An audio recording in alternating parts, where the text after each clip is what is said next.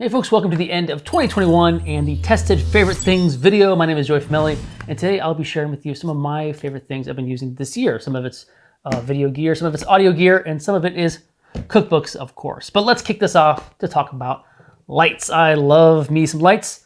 I really like Aperture. Aperture's a company we've been working with for a little while now, reviewing some of their products in the past. You can see those on the channel. But today I will be talking about the Accent B7C light bulbs that they have sent us to review. I will be doing a video on these later, but I wanted to share with you these now because I've been having a lot of fun with these. Now these look like light bulbs, and that's because they kind of are. It has this this male light socket that plugs into a regular lamp, a practical lamp. A practical is like a lamp on just your normal everyday light or lamp that is on frame. And so what these are meant to do is you pull out those generic, $5 Home Depot bulbs and you put in one of these, and then you have full control. You have power, first of all, then you have full control over the color, over the brightness. You have gels, you have a ton of stuff within the Sidious app that sets up with the with these lights and all of Aperture's lights really. But with that Sidious app, you can do a lot. You can put these in groups, you can set them all to the same color temperature, and then you also like a match. You can match the color with something that you're seeing on set or through your camera's phone. Now, this is good when I've been doing some interior shots of like homes, right? And we can pull out all the lights that are giving us different color temperatures, some warm, some not so warm, some different brightness. These you can just pull out all those lights, you can put these in there, and then you can make all your lights consistent, all the brightness, you can dim things down and make sure your contrast ratio is nice while also having a perfect color match temperature throughout this. That's great. We've actually used these a bunch on the Beacon, that short film you might have just saw, where we had two spacemen walking through different areas of ships and alien planets, and we use these lights as just turning them on and kind of tossing them places and doing control. So they also have like settings for effects. You can do fire effects with these, which was something that was very hard to do in the past. You can set up a grid of these and set them all to fire and go ahead and make yourself a little campfire lighting schematic for your talent. Stuff that was very hard to do in the past is now becoming much, much easier. And these guys have really, I think these practical bulb replacements in the Accent B7Cs are really useful. Again, I'll be doing a bigger video on these at some point in the future to talk really about the different features of them. But for now, I will go ahead and say that this is definitely one of my favorite things for this year. Next up, we have something that I bought to make my life a little bit easier. Now, I have been running small cameras around for a while. I've been doing this a little while, and after a little bit, you start to have some injuries and some shoulder pains and some lower back pains. My body was falling apart. I had to do a little bit of physical therapy. Anyway, holding a camera for a long period of times is not great. So one thing I decided to do was sort of make sure to invest in myself and my health here, and ended up buying the Easyrig Mini Max. Now this is an Easyrig. This is almost like a backpack. You kind of throw it on your back. It's got a support structure here that comes up over your head, and there's a clamp that attaches onto the camera handle, the handle of your camera pretty easily, and there is a cord that comes down, and you adjust the cord's tension through this knob, depending on how heavy your camera is. The Mini Max, the one that we have here, is great for the cameras that we have, the FS5, the FX6 that I'm shooting this on. That size camera is perfect, and it basically makes it so you put all of your weight on your waist and your lower part of your body, and keep that weight off of your, I guess, your arm, holding it out kind of strangely, tweaking your body in weird ways. This allows you to just sort of center, kind of like a hiking or camping backpack. It allows you to center everything in your waist. The camera's kind of floating in front of you, so really all your hands are doing is just guiding the camera. Just making sure you have a nice steady shot when you're doing handheld. Everything still looks handheld. It's not a steady cam by any means. It is really to help out the handheld operation of cameras and let you kind of glide along without having to hold things up, without putting any weight in your arms. I love this thing, and it travels well. The mini one travels well. I can kind of fold it down and attach it onto my camera bag and then put it in the overhead storage. It's great. I've been using this for some one-day build stuff and like holding a camera all day in Adam's shop for 6-7 hours. With this is no problem at all. Whereas before, I'd go home and feel a little bit of it, feel my back, feel it in my shoulders, be in a little bit of pain. I don't want to be in pain no more, and so Easyrig is now my new best friend for 2021. Let's move off of video gear and onto some audio gear. Now, these are not new by any means. These are my old, 5 years old now, Senel studio monitor microphones. This is the SMH 1000. There is an SMH 1500 that's a little bit nicer, but these I've been using for a long time now, and I got this out of pure frustration. Let me explain. So you've seen these guys around a lot. This is the Sony Studio. These are the MDR 7506 professional studio cans, studio headphones. They sound fantastic. That low end is just boom, and the midtones are crisp. I don't really like the price. They're a little bit pricier than these.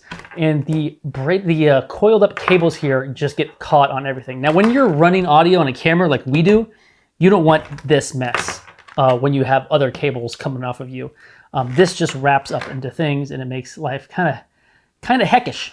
But with this, I bought this purely because of the detachable cable that goes to my camera. The 3.5 millimeter goes to the camera. The 2.5 millimeter goes into my headset.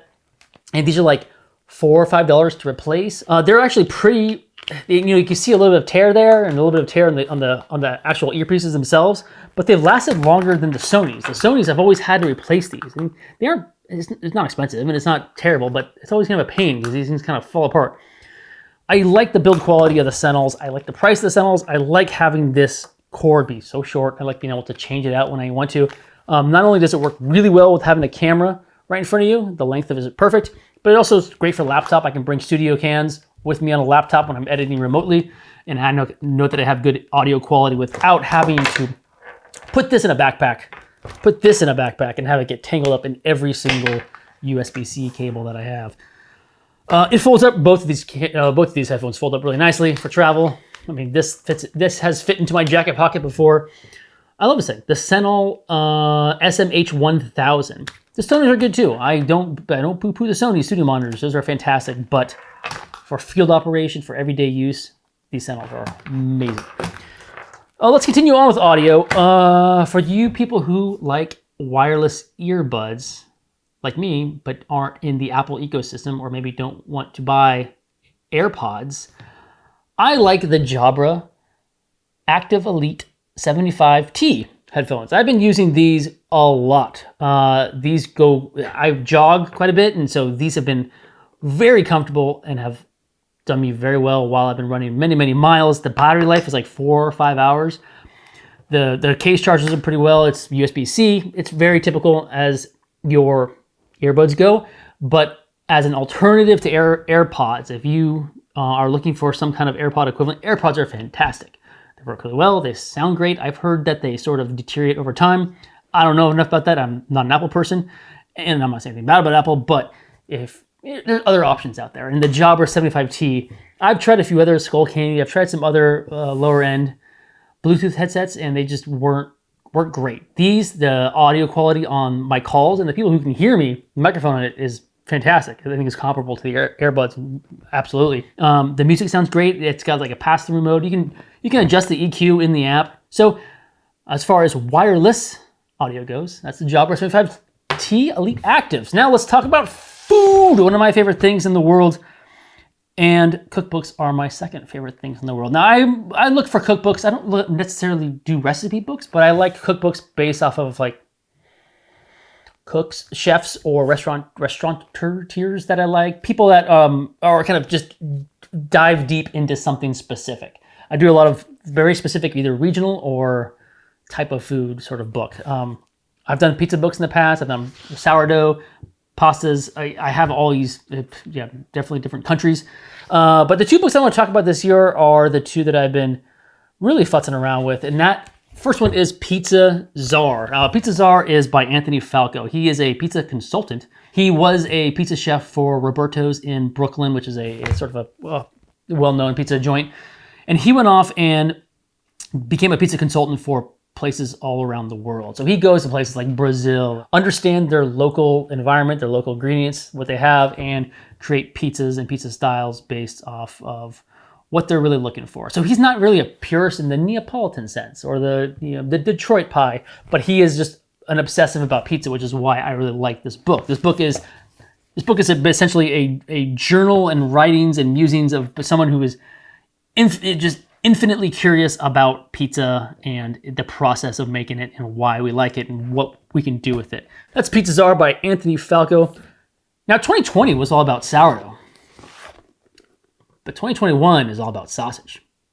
I worked with a butcher a butcher's son for a little while, and he drilled it into me that I should never buy ground meat that's pre-ground. Contamination purposes, etc., whatever. I don't judge anybody. I still buy ground meat, but I also became really fascinated with the idea of doing my own sausages, doing my own ground meat. I didn't know where to start. And the Food Network channel doesn't have a whole lot of sausage making classes, and I wanted to know how the sausage was made. And so this book is made by Ryan Farr. He is a butcher here in San Francisco who opened up 4505 Meats, which is a fantastic place to eat if you're ever on Divisadero, I believe, in San Francisco. They do chicharrones, they do burgers, they do sausages, and he explains in detail how to make sausage, how to make different kinds of sausage, what we're looking for in fat content, how to blend meats, add spices, put that stuff into casings. That was the biggest one I didn't really know how to do, was get these things all pumped into casings, wrap them up, save them for later, cure them. There's tons of different types of sausages in here. You got I come from an Italian-American family where Italian sausage was big, but also, learning about a little bit more refined kind of German sausages, chorizos, a bunch of stuff.